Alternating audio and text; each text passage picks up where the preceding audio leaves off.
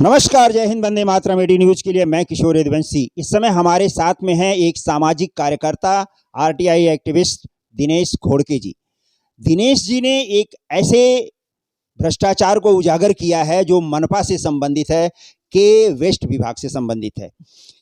एक अवैध निर्माण होता है और वो व्यावसायिक होने के बाद भी किस तरह से मनपा के निचले स्तर से लेकर के उच्च स्तर तक के अधिकारी किस तरह से उसे संरक्षित करते हैं, उसकी पाठ पुरावा करते हैं, उसको हर तरह से बचाने की कोशिश करते हैं।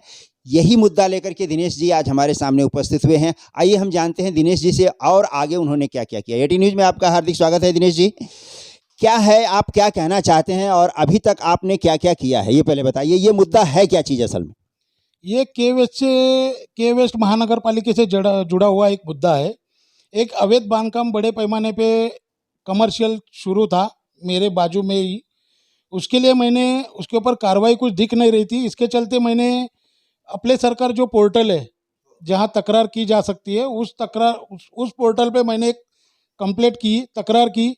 उस तकरार के मद्देनज़र इन्होंने मुझे जवाब भेजा कि हम लोग ये तारीख को वहाँ गए थे, वहाँ खाली बोलते हैं रिपेयरिंग का काम चालू है और वहाँ बड़े पैमाने पे अवैध बांधकाम शुरू था, लेकिन इन्होंने उसको संरक्षण देने हेतु उसको झूठा ठहराया गया, उसका खोटा जवाब दिया गया अपने सरकार को।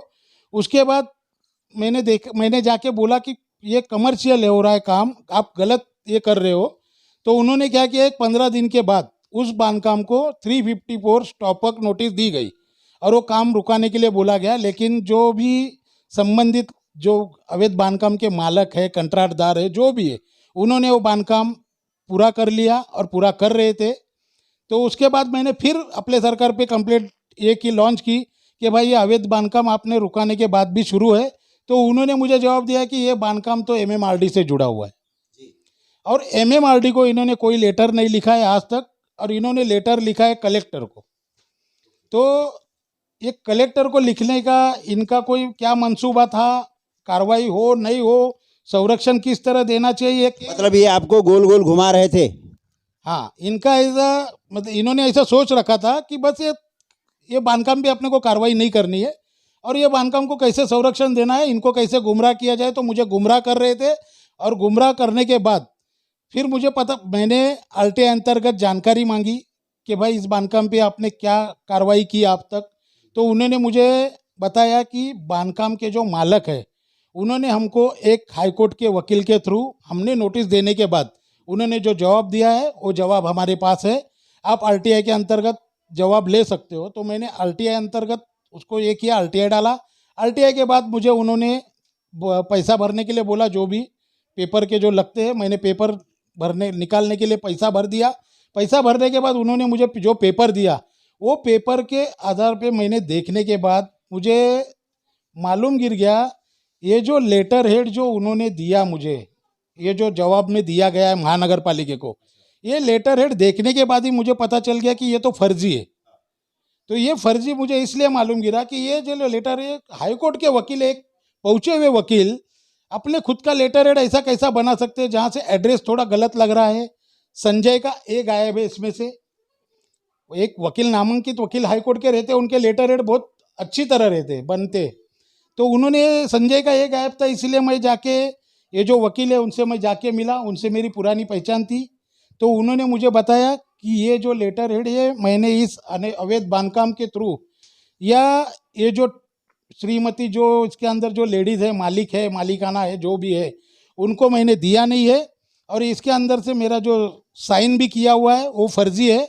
ये सब करने के बाद उन्होंने मुझे अपने नाम से के वेस्ट को देने के लिए एक लेटर दिया गया, जिसके अंदर उन्होंने उल्लेख किया है कि ये मेरा नहीं है, इसके अंदर एड्रेस रॉन्ग है और साइन भी रॉन्ग है, और जो भी दिया है, जो भी मालिक, जो भी अवैध बांधकाम के जो मालिक है, उन्होंने संरक्षण हेतु जो भी डॉक्यूमेंट्स महानगर पालिका को दिए हैं, ये सब फर्जी है, ये सब एक क्राइम है। तो मैं आपसे विनती करता हूँ कि ये क्राइम को रोका जाए और आप इसके ऊपर कार्रवाई करें। अभी तक वार्ड ऑफिसर की तरफ से या बिल्डिंग फैक्ट्री की तरफ से इस मालिक के ऊपर कोई कार्रवाई हुई? इनके ऊपर कोई कार्रवाई नहीं हुई है और इन्होंने जो महानगर पालिका के जो साइड है RATMS पोर्टल पे, इन्होंने कोई बिगर कार्रवाई की है। The matter is collector and notice is close, ये उन्होंने आज तक अपलोड करके छोड़ दिया है। इसके आगे की कार्रवाई कोई दिखाई नहीं दे रही है। और इस बात को मैंने मतलब इनकी तरफ से डिस्क्लोज कर दी। सब कुछ इनकी तरफ से हो गया है कि अब आगे कुछ नहीं हो सकता, इसका जो भी हमने कर दिया। हाँ, इनका कहना है कि हमने वो जो जिसका जो लैंड है उनको हमने भेज दिया है।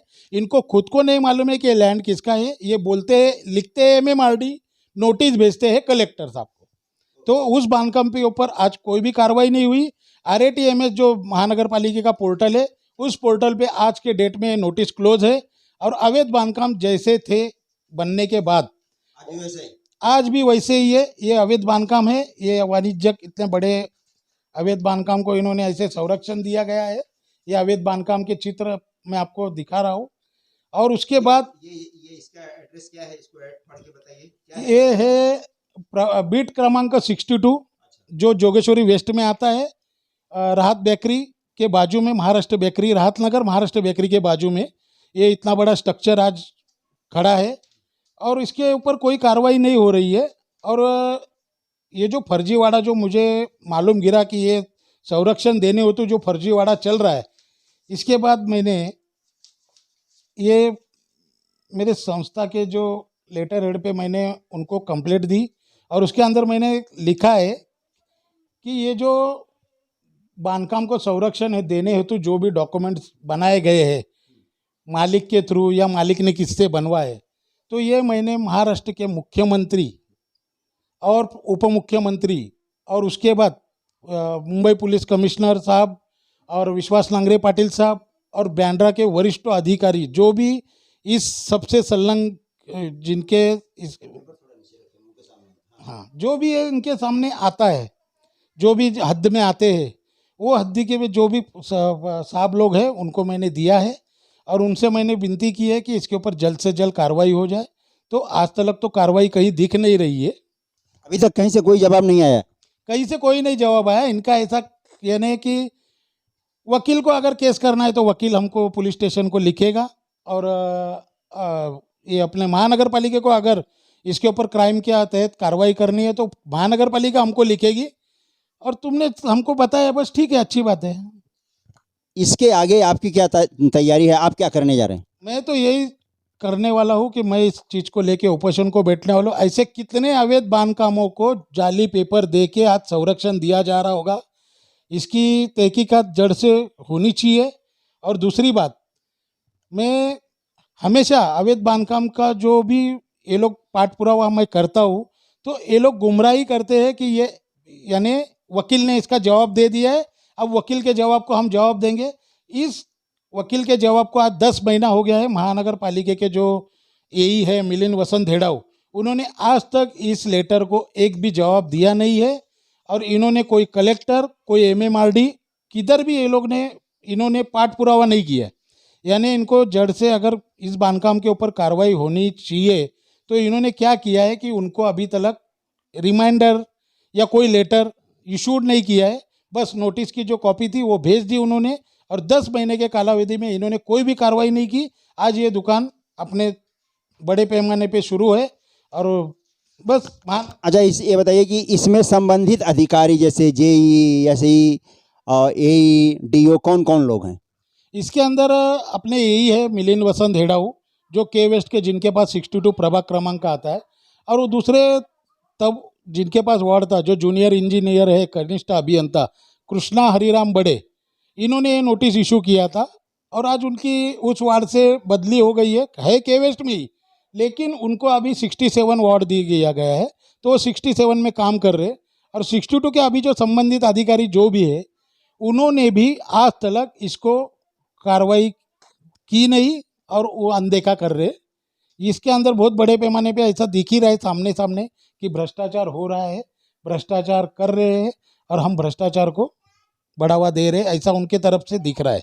तो इसमें आपने वार्ड ऑफिसर, DMC, इन लोगों से क्या कुछ उम्मीद रखते हैं? क्या कहना चाहते हैं इनसे? मैंने कल ही जो DO है के वेस्ट के श्री पाटिल साहब, इनके पब्लिक ग्रीवेरेंस जो तकरार निवारण करने के लिए जो फ्राइडे को लेते पब्लिक से मिलते, तो मैंने कल उनको मिला हूँ।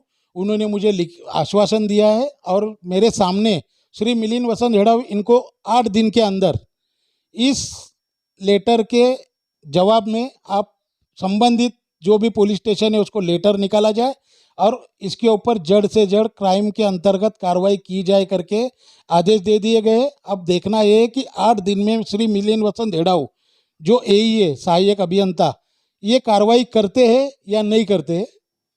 और पुलिस क्या कार्रवाई करती है ये भी देखने वाली बात।